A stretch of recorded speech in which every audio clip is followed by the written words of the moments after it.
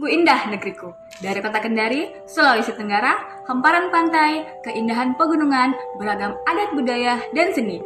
Dirgahayu Indonesiaku, jayalah selalu. Tahun ini mungkin terasa berbeda dari sebelumnya. Semarak kemerdekaan yang sebelumnya meriah dengan perlombaan dan upacara bendera tak dapat dilaksanakan karena pandemi COVID-19.